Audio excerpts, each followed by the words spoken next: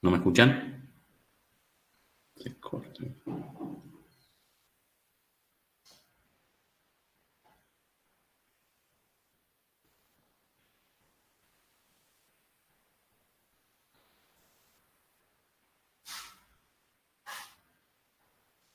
Bueno, perfecto. Entonces arrancamos con todas las filminas.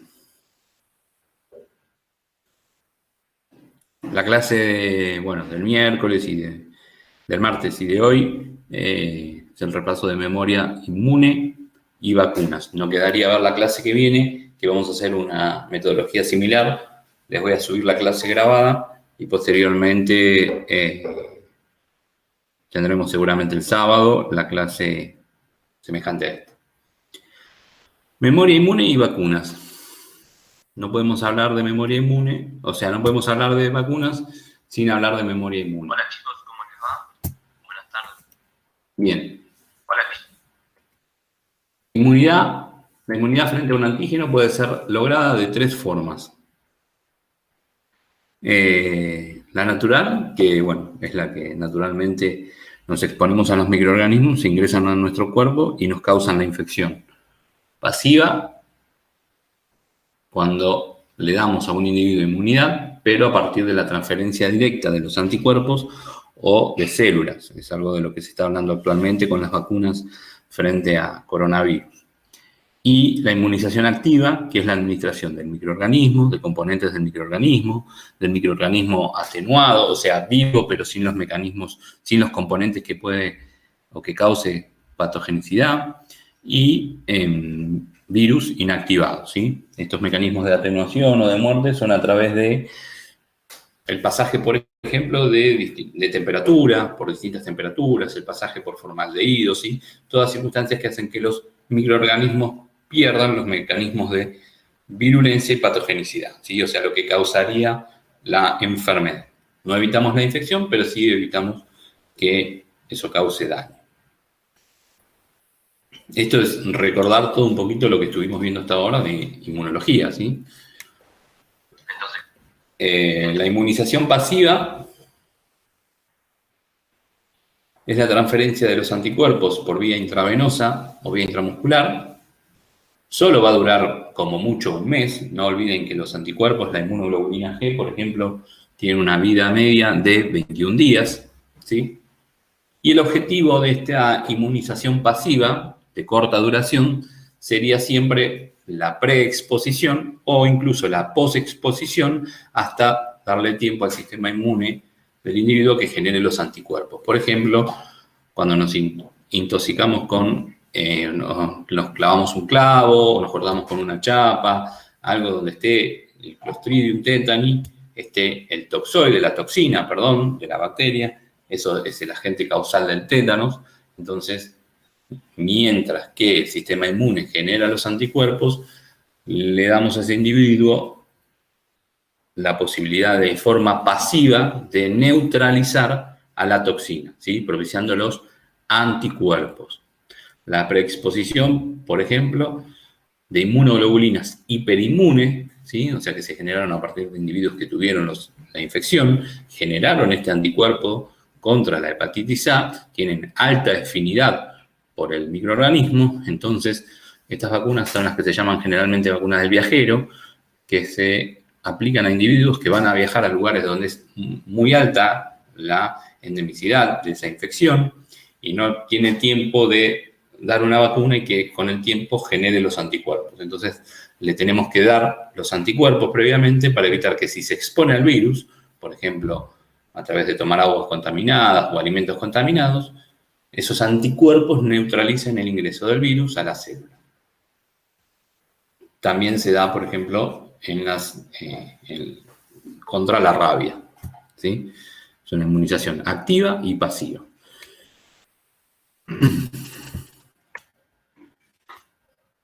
Bien, el objetivo de la inmunización activa es directamente, como dice abajo, la respuesta rápida y eficiente frente a un reencuentro con el mismo antígeno. Y eso significa hablar de memoria inmune, ¿sí? La inmunidad adaptativa tiene la posibilidad de generar memoria, no lo hacía la inmunidad innata. al generar a partir de este encuentro de forma activa con el microorganismo que tiene la vacuna, se desarrolla todos los pasos de activación, generación de centro germinal, aumento de la afinidad, ¿sí? Y el switch de isotipo de las inmunoglobulinas. A partir de eso, los introcitos se diferenciaban en células B de memoria y en células plasmocíticas productoras de anticuerpos, y esas células van a ser las que van a propiciar por un tiempo inmunización, y células B de memoria que ante un encuentro contra la cepa natural del virus o de la bacteria, rápidamente se diferencien en células productoras de anticuerpos.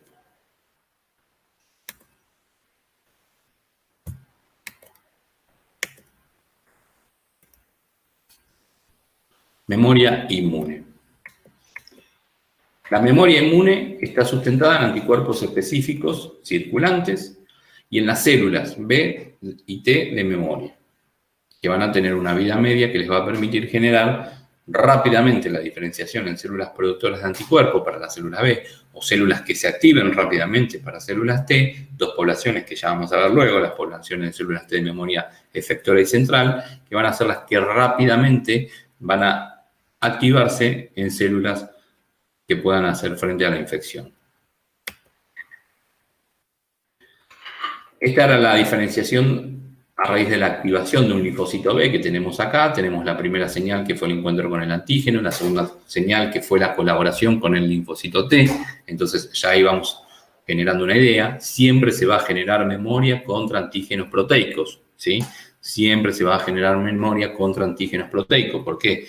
Porque los antígenos proteicos eran los que se podían fagocitar, endocitar y presentar en el complejo mayor de histocompatibilidad a los linfocitos T, y a partir de eso el desarrollo del centro germinal, a partir de eso el desarrollo o diferenciación de una célula B de memoria o de un plasmocito de vida media larga que iba a ir a la médula ósea para ubicarse en los nichos medulares y producir por un largo periodo de tiempo estos anticuerpos específicos para esa infección. Estos eran los plasmocitos de vida media corta que a partir de la activación de este linfocito B no entraban en el desarrollo del centro germinal y se dirigían a la médula del ganglio para ser los primeros productores de inmunoglobulina M.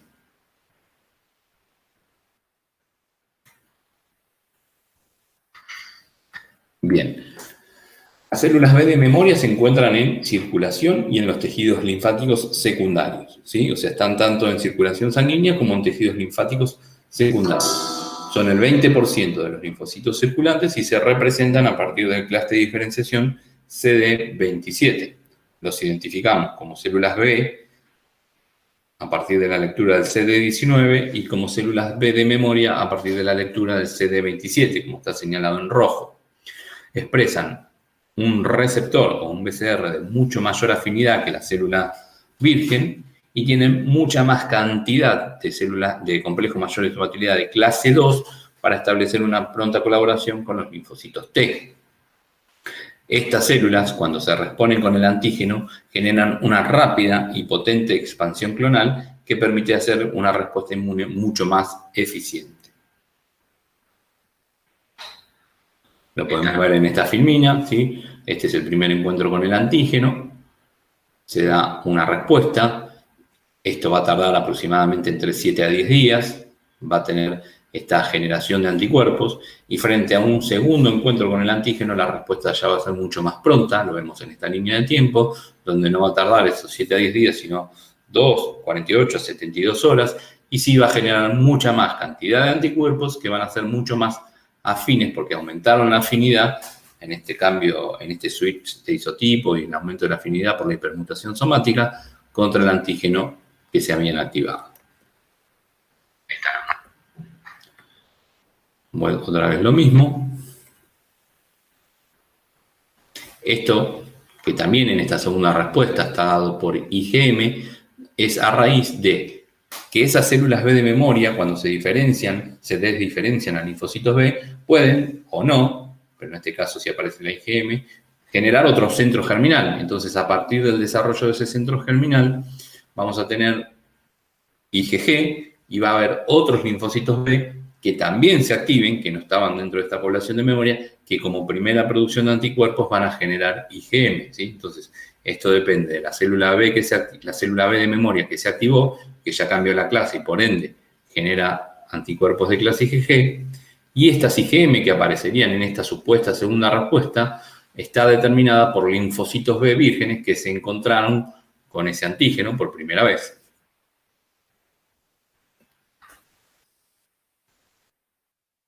Bien, este cuadrito es muy representativo de cómo es la primera y la segunda respuesta frente al mismo microorganismo. Marquen la diferencia que en una respuesta secundaria el inmunógeno siempre es una proteína o parte de él, ¿sí? Es o una proteína natural o una glicoproteína o una lipoproteína, pero nunca un hidrato de carbono solo o un lípido solo, y eso queda restringido por lo que les dije al principio, que el desarrollo del centro germinal depende de los antígenos T dependientes, o sea, los que dan la segunda señal de activación del linfocito B. Los hidratos de carbono, glúcidos y demás eran los antígenos que activaban los linfocitos B antígeno T independiente. Por ejemplo, los linfocitos de la zona marginal del vaso o los linfocitos B1. ¿Sí?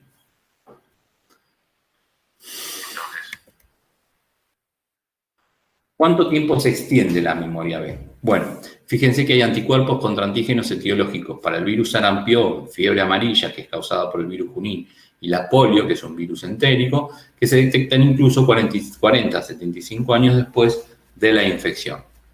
Individuos vacunados contra este virus, la viruela que está erradicado de la faz de la Tierra, se detectan niveles protectivos de anticuerpos circulantes incluso 60 años después de que el individuo fuera inmunizado. En individuos vacunados contra difteria y tétanos, lo que sería la vacuna doble adultos, la triple o la cuádruple, los anticuerpos circulantes respectivamente están un 50% a los 19 y a los 11 años. Por eso se dan refuerzos a los 10 años de cada individuo, ¿sí? Siempre se dan a los 10, a los 16, a los 26, a los 36, siempre se dan cada 10 años estos refuerzos porque los anticuerpos decaen con el tiempo. Si la vida media de los anticuerpos de clase IgG, como máximo les dije que era de 20 días, ¿cómo se mantiene la activa producción de estos anticuerpos por el tiempo? ¿Es necesaria la reexposición al antígeno? No, no siempre es necesario mantener esta población de linfocito B respecto de la exposición constante del antígeno. No estaríamos siempre expuestos al antígeno, ¿sí? Pero sí, esta exposición, tal vez discontinua, permite aumentar la memoria. Las células B de memoria entonces se podrían activar nuevamente por el encuentro del antígeno reconocido por el BCR, que es mucho más afín por ese antígeno, o a partir de la activación bystander, o sea que no necesariamente a partir de este BCR, sino por esta activación bystander, esos linfocitos B de memoria se podrían activar y diferenciar en linfocitos B activos, ¿sí? La activación de estas células B de memoria es mucho más eficiente, ¿sí?, que la célula B nativa o virgen, y expresan mucho mayor cantidad de estas células, de este complejo, perdón, de clase 2.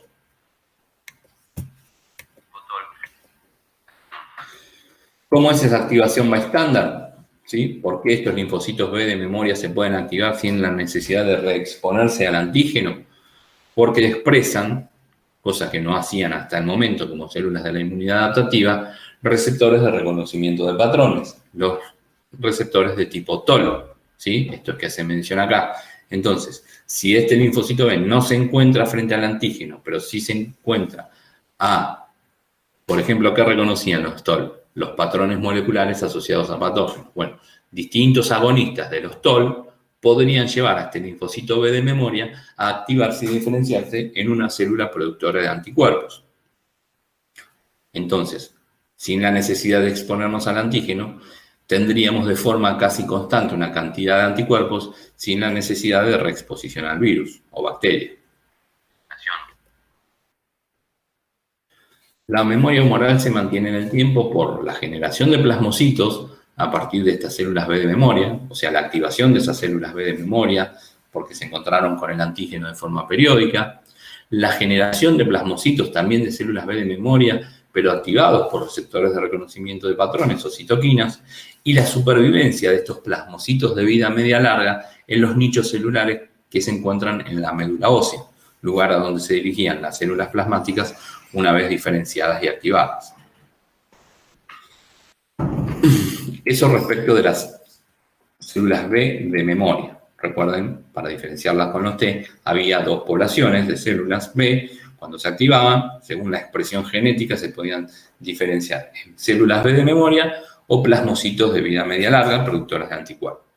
Respecto de la memoria T, no hay dos poblaciones celulares, unas activas y otras de memoria, no. Son todas esas células T de memoria, esas células T efectoras activas, las que luego de un tiempo de función respecto de la respuesta inmune adaptativa, empiezan a morir, porque hay que controlar la activación y que no se produzca la hipersensibilidad o el daño del propio tejido, y una vez que empiezan a morir, fíjense cómo cambia esta flecha de células efectoras a células de memoria. Lo vemos representado en la siguiente filmina, donde una vez activadas las células por el ingreso del patógeno, cuando la curva empieza a caer porque empiezan a morir por apoptosis, no llega a cero, sino que queda un remanente de células T, que ya no son efectoras, sino que son células T de memoria, ¿sí? Y son tan efectivas como las primeras, o sea, las células T no tienen esa posibilidad, como sí tienen las células B, de aumentar la afinidad de su TCR, porque no hay ningún cambio, ¿sí? Es la misma célula que, si bien no muere, no sufre ningún cambio.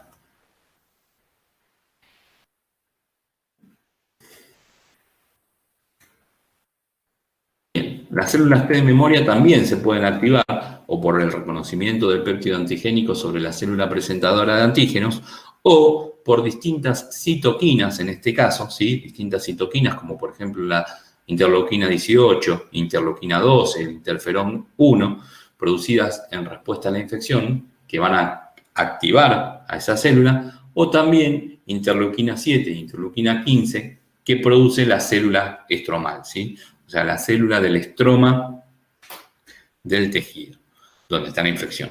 Y son mitógenos, hacen que esas células T de memoria se activen nuevamente para producir sucesivas mitosis, sucesivos ciclos de división celular y aumentar el clon de células T efectoras.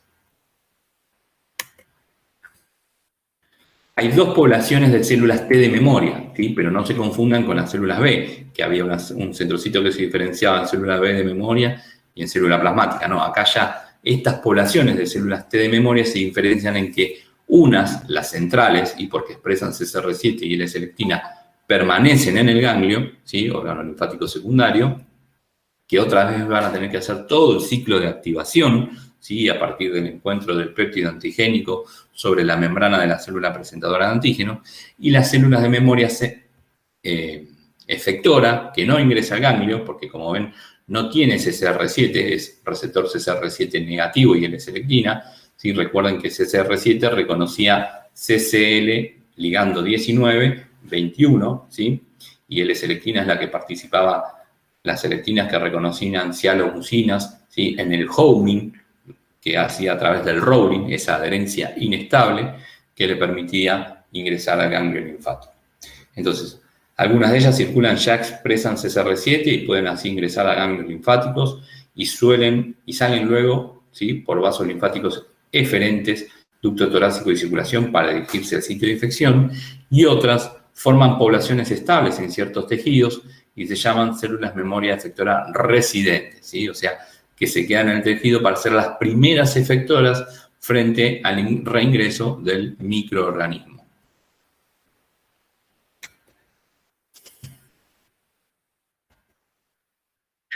Esta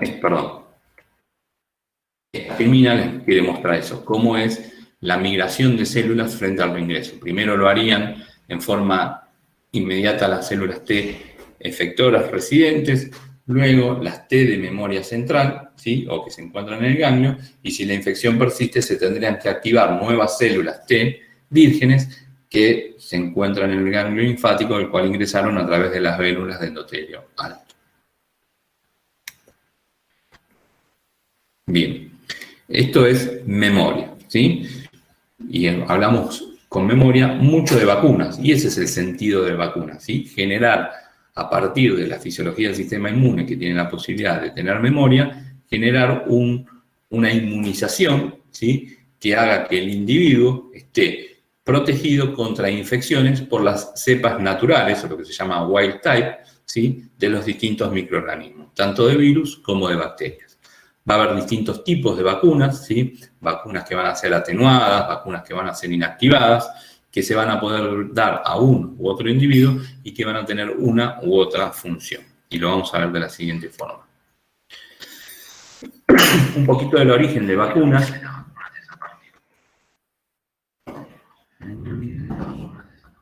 Pero, bueno, chicos, ahí está. Los pueblos primitivos se inmunizaban contra el veneno de serpientes. Esto era variolización en la China y en India.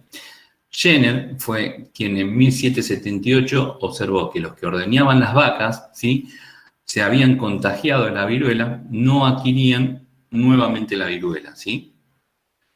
O sea, una vez que el individuo ordeñaba la vaca que tenía viruela, ellos posteriormente, cuando se exponían al virus, un virus que ya está erradicado y que no está actualmente en circulación, no tenían la infección.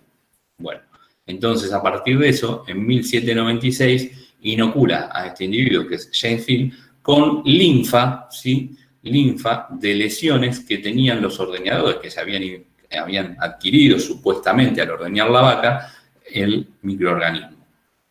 Supuestamente él estaba viendo que había una u otra forma que haga que la persona que ya estaba expuesto a algo que adquiría de la vaca, cuando después se enfrentaba al microorganismo, no tenía la infección. Entonces, digamos que inocula a esta persona la linfa, donde habría algún componente que haga que una vez pasados los 2 meses lo exponga directamente a la pústula o a la lesión que tenía la vaca y no adquiría la infección. Algo muy agresivo, ¿no?, como prueba, porque no sabemos si eso que tenía esa linfa podía ser incluso directamente el mismo microorganismo agente causal de la infección. En 1877 Pasteur desarrolló una vacuna atenuada, ¿sí?, ahora vamos a ver qué significa la palabra atenuada, preparada con cultivos de esta bacteria, Bacillus anthracis, agente causal del anthrax, que protegía a las ovejas del carbunco, que era la enfermedad. Entonces, ¿qué tipo de respuesta inmune inducida por una vacuna conferiría protección frente a los distintos microorganismos? Bueno, frente a microorganismos celulares, sabemos que la respuesta inmune generaría mayor eficiencia moral, ¿sí?, o sea, una respuesta moral, la generación de anticuerpos. Microorganismos que ingresan por mucosas, sea mucosa digestiva, mucosa aérea, van a producir anticuerpos de clase IgA que, como vamos a ver en la clase siguiente, va a formar parte de la barrera protectora de mucosas, ¿sí?, además de enzimas, incluso las mismas células que conforman la mucosa. Y microorganismos en infecciones intracelulares van a generar un tipo de respuesta celular, como vimos algo para la generación de inmunización frente a Mycobacterium tuberculosis, con la activación del macrófago y las células TH1, ¿sí? Entonces, esa es la generación de cada una de las, o qué tipo de respuesta se genera según el tipo de infección. Bien, esta sería una de las principales filminas que me gustaría que recuerden. ¿Qué diferencia hay entre una vacuna atenuada y una vacuna inactivada? Bueno, la vacuna atenuada es como darle al individuo el virus de la poliomielitis, por ejemplo, ¿sí? Y ese es el criterio de la vacuna Sabin, que hoy por hoy casi ya no se está utilizando. De hecho, creo que ya se sacó del calendario de vacunación, aunque quedó una sola dosis, que es la primera. Estaba en revisiones. Entonces, obviamente no le vamos a dar un microorganismo a un individuo para que tenga la enfermedad. No, nosotros le damos, o se le da a ese individuo, el microorganismo para que genere memoria, ¿sí?, a partir de la inmunización activa, ¿sí?, y que cuando se exponga, ahora sí, al virus natural, ya tenga los anticuerpos que permiten neutralizar el ingreso del microorganismo. Entonces, ¿dónde estaría el secreto de esta vacuna? En que ese microorganismo no tiene que tener los componentes de virulencia o de generación de patogenicidad para que no le causen la infección, ¿sí?, pero sí le activen el sistema inmune. Por eso dice, microorganismos vivos que carecen de la virulencia no son patogénicos para individuos inmunocompetentes, y eso es importante también de resaltar. Estos individuos inmunocompetentes van a ocasionar pero que sí van a generar, patología en inmunocomprometidos. ¿Por qué? porque a estos microorganismos, virus, por ejemplo, que le sacamos los mecanismos de virulencia, pueden ser activos rápidamente en los inmunocomprometidos, reexpresar los genes que generen la virulencia y van a generar mucho daño en esos pacientes inmunocomprometidos. Entonces, siempre a los inmunocomprometidos hay que aplicarle vacunas inactivadas. ¿Qué son las vacunas inactivadas? Compuestas por microorganismos totales muertos, ¿sí?, o enteros, o componentes de esos microorganismos.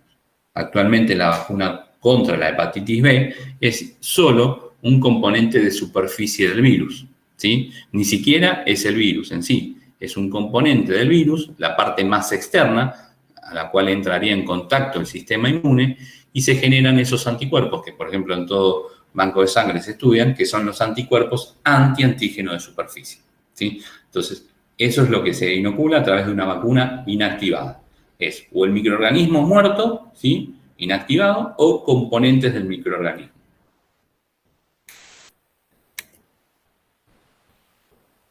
Las vacunas atenuadas pueden mimetizar el tipo de respuesta, porque como les dije, es el mismo microorganismo atenuado, entonces esa respuesta va a ser muy eficiente del sistema inmune, porque se está encontrando casi con el patógeno en sí, ¿sí?, merced a la capacidad que tiene el microorganismo atenuado de replicarse. Inducen tanto respuestas celulares como humorales. Solo una dosis podría ser efectiva, pero por ejemplo la vacuna Sabin, que se daban 3 dosis, es porque se aplica desde muy temprana edad, cuando el sistema inmune todavía no es muy maduro y eficiente para generar una respuesta. Y por eso ahí lo que estamos dando no son dosis, sino que son refuerzos. Esa es la diferencia entre dosis y refuerzos, ¿sí? Y obviamente estas vacunas inactivadas, atenuadas, no se le da a inmunocomprometidos. Las vacunas atenuadas, como por ejemplo la vacuna, le vuelvo a ejemplificar, la vacuna Sabin, tienen lo que se conoce con el nombre de efecto rebaño. A la inoculación en distintas zonas, por ejemplo, en distintos países de Latinoamérica o de Argentina, donde a veces el sistema cloacal no es muy bueno, como este virus, el de la Sabin, que es el de la poliomielitis, ingresa por vía oral, porque eran las gotitas que se daban por vía oral, después se elimina por heces, ¿sí?, por materia fecal, eso podría llegar de distintas formas al conjunto de una población. Y de esa forma podríamos inmunizar también a esos individuos porque lo estaríamos exponiendo a estos microorganismos atenuados, en este caso al virus Sabin. Pero tiene su contrapartida, ¿sí?, que en esa misma población pueden estar estos individuos inmunocomprometidos, donde esos virus atenuados pueden replicar la virulencia y generar mucho daño, ¿sí?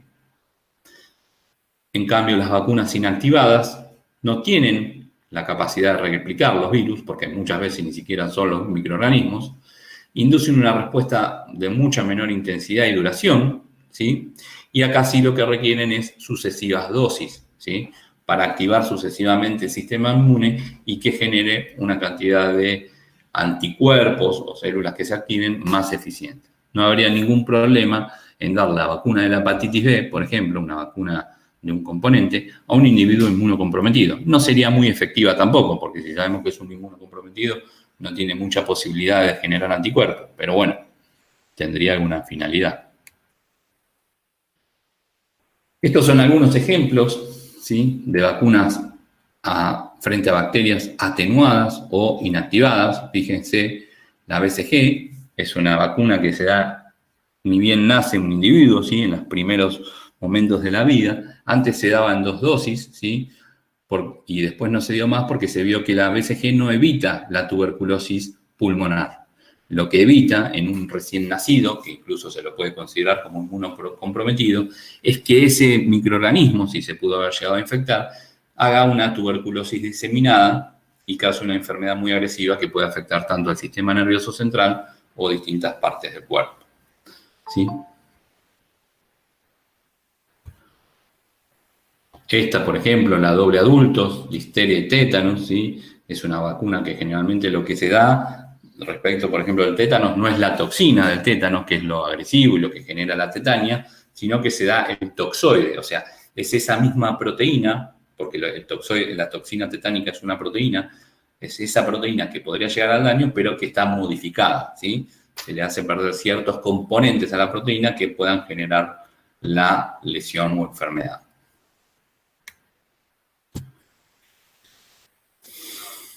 Algunas antivirales, como les decía, la polioral, que es atenuada, polioral o Sabin es lo mismo. La inactivada, su contrapartida se llama Salk, ¿sí? Polioparenteral. Fíjense, inactivada también es contra la gripe, contra la hepatitis A, la rabia, porque para la rabia hay también, recordando un poquito lo que vimos al principio, hay inmunización pasiva e inmunización activa. Se puede dar tanto los anticuerpos, y que se tendrían que dar. Sepan que el virus de la rabia es un virus que a partir de la mordedura del perro, el virus, si es que el perro tiene rabia, el virus llega al sistema nervioso central a partir de los axones, ¿sí? De las neuronas que están dentro de la médula o del cerebro. Bueno, entonces la idea de dar esa inmunización pasiva es tratar de evitar de que ese virus ingrese al nervio y cause la lesión. Entonces, tanto para el tétano como, por ejemplo, para la rabia, se dan los dos tipos de inmunización. La inmunización pasiva, proveyendo de anticuerpos al individuo, y de la inmunización activa, dando la bacteria del virus para que él mismo genere una respuesta inmune. ¿Cuáles serían los requerimientos de una vacuna para que sea exitosa? Bueno, que sea segura, ¿sí? Y por eso está tardando mucho la vacuna actualmente del sistema del coronavirus. Tiene que cumplir todas estas etapas, ¿sí? Para poder ser usada. Tiene que ser segura, tiene que ser estable, tiene que ser económica, tiene que generar una alta tasa de respuesta, prevenir la infección, o si no hace la infección, no previene la infección, prevenir la enfermedad, ¿sí? Debe proveer de protección duradera con bajo número de inmunizaciones, ¿sí? Cuanto más refuerzos hay que dar, no es muy segura esa vacuna, ¿sí? Porque estamos enfrentando al individuo, al microorganismo. Después la clase tiene el PowerPoint, van a ver que va a hablar cada una de las infecciones, y esto no es microbiología y por eso no nos vamos a meter en cada una de las enfermedades. Sí me gustaría llegar, esta es la diferencia que les marcaba entre la Sabin, ¿sí? U oral, y la SAL, o inactivada o parenteral, pero me gustaría llegar a las vacunas conjugadas. Porque dentro de las vacunas inactivadas, las vacunas conjugadas son un grupo importante de vacunas, ¿sí? Esta que les estoy mostrando, y que es muy común darse la vacuna, hoy por hoy estaría incluso dentro del calendario de vacunación, la antineumocóxica, ¿sí? Es una vacuna que lo que genera es inmunización a partir de estos linfocitos B, los linfocitos de la zona marginal y los linfocitos B1, contra un antígeno que sería un polisacárido. Y como tal, sabemos que no genera respuesta B de memoria, ¿sí? Se generan anticuerpos por un cierto periodo de tiempo, y por eso nos tenemos que dar con cierta regularidad esta vacuna en algunos individuos, pero no se genera memoria, ¿sí? Son anticuerpos polireactivos y de baja afinidad, muy distinto de los anticuerpos que generan los linfocitos B2 o T dependientes. Entonces, esta vacuna, ¿sí? Que no genera, fíjense, un cambio entre la primera y segunda respuesta, perdón, no va a ser, van a ser anticuerpos de clase IgM, no va a generar una respuesta secundaria, no va a haber maduración y tampoco mayor afinidad, ¿sí? Entonces, se va a dar contra esta bacteria, que es Streptococcus pneumoniae, agente causal de neumonías, ¿sí? Neumonías adquiridas en la comunidad. Y va a ser una vacuna que es polivalente porque va a estar contra estos 23 serotipos, ¿sí? O antígenos que expone esta bacteria, pero que no se va a poder dar a menores de 2 años, donde ese sistema inmune de estos linfocitos B de la zona marginal o linfocitos B1 todavía no es maduro y no generan anticuerpos, ¿sí? Y que es muy importante que no se agarren a esta infección, o sea que sí o sí habría que darle un cierto grado de inmunización, y a personas que por alguna u otra causa fueron esplenectomizados, o sea que se les extirpó el vaso donde estaban esos linfocitos B de la zona marginal. Entonces, ¿qué le damos a esta población, a estos y a estos, si no le podemos dar esta vacuna? Bueno, tenemos que generar estas vacunas que se llaman conjugadas, donde a partir de un antígeno que esté independiente, generamos otro que sea T dependiente. ¿Qué le ponemos entonces a este antígeno? ¿Ustedes qué creen? Una proteína, ¿sí? Entonces, cuando el linfocito B inicia su activación a partir de la endocitosis de todo esto, tiene por un lado el polisacárido que está reconociendo, pero también tiene la proteína que va a poder ingresar a la vía endocítica y el posterior procesamiento y presentación por clase 2 para que reciba la colaboración con el linfocito T y genere todo lo que ya sabemos del desarrollo del centro germinal, la diferenciación en células plasmáticas y en células B de memoria, ¿sí? Entonces esos anticuerpos van a ser tanto efectivos contra el polisacárido y también contra esta proteína. Por ejemplo, la vacuna conjugada anti la Haemophilus influenza B, una bacteria que tiene cápsula y esa cápsula está formada por polisacáridos, y la vacuna conjugada antineumocóxica 13 valente, ¿sí? Que cubre un espectro importante de serotipos que prevalecen en la Argentina. Lo más importante de toda esta filmina es que está indicada en pacientes esplenectomizados y en menores de 2 años, además de mayores de 60, población en riesgo que su sistema inmune ya empieza a ser senil, ¿sí? Menos efectivo. Bueno. Bien. La mayor parte de las vacunas licenciadas confieren protección merced a la capacidad de inducir una respuesta humoral. La respuesta humoral, o sea, la generación de anticuerpos, obviamente va a ser importante frente a toxinas que las neutraliza y evita que ingresen a las células. Por ejemplo, la toxina del tétano, que va a ingresar al músculo, va a generar un desbalance de iones como el calcio y va a generar la tetania. Bacterias capsuladas, porque va a opsonizar a partir del reconocimiento de los polisacáridos, va a opsonizar esa cápsula y va a permitir la eliminación de la bacteria. Y algunos virus también que los va a neutralizar y va a impedir que ingrese a las células. No solo con los niveles de anticuerpos producidos se genera protección, sino también con la afinidad de los mismos, o sea, no importa solo la cantidad, sino también la afinidad a partir de esa segunda respuesta. El sitio anatómico donde se provee la protección sistémica o de mucosas, esto de la Sabin vía oral, ¿sí? Los anticuerpos proveen protección neutralizando la acción de la toxina, lo que les decía, e induciendo la fagocitosis a partir de la opsonización. Bueno, chicos, esto es toda la clase de hoy de memoria y vacunas. No sé si hay alguna duda, algo que me quieran preguntar. La clase que viene veremos la última clase de mucosas, ¿sí? Donde vamos a ver un poquito, no mucho porque no tiene muchas cosas, es muy larga la de medicina, pero vamos a ver algunos puntos relevantes y de cultura general que ustedes tendrían que conocer para el curso.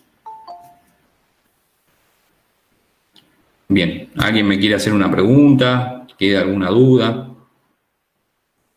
La fecha de parcial ya sabemos, o de examen, es el 3 de noviembre y es un examen tipo como el que ya vimos, cuestionario Google.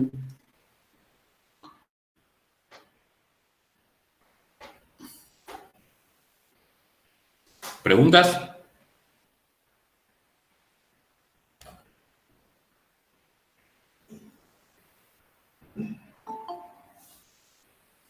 ¿Ninguna pregunta, chicos?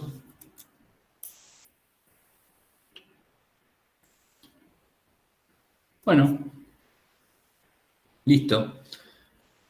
Nos vemos. La clase, posteriormente les voy a subir al Classroom la clase de mucosas. Obviamente, como les decía, no la vamos a ver el martes en vivo porque mis tiempos así no me lo permiten, pero sí vamos a tener seguramente una clase el sábado nuevamente donde vamos a poder, de la misma forma que hoy, o si ustedes tienen alguna pregunta, repasar esa clase, ¿sí? Profe, una pregunta, ¿va a haber algún espacio para repaso? ¿O ese incluiría la clase siguiente? Repaso de la materia, me refiero. Sí, creo que queda una semana más antes del parcial del 3, así que podríamos incluir un sábado más para hacer repaso, preguntas. Pero siempre que ustedes las generen, porque si no, no tiene sentido perder tiempo estando yo diciendo nuevamente todo lo mismo que ya vimos, ¿sí? Claro, pasa que uno al estudiar toda la materia ya le van generando otro tipo de dudas Sí. de haber visto todo y no tema por tema. Bien, perfecto. Sí, vamos a tener esa clase de integración seguramente un sábado posterior a la última clase. Buenísimo, profe, gracias. Por nada. Bueno, si no hay otras preguntas, chicos, vamos cerrando la teleconferencia. Ya en breve les subo esto mismo también al Classroom, ¿sí?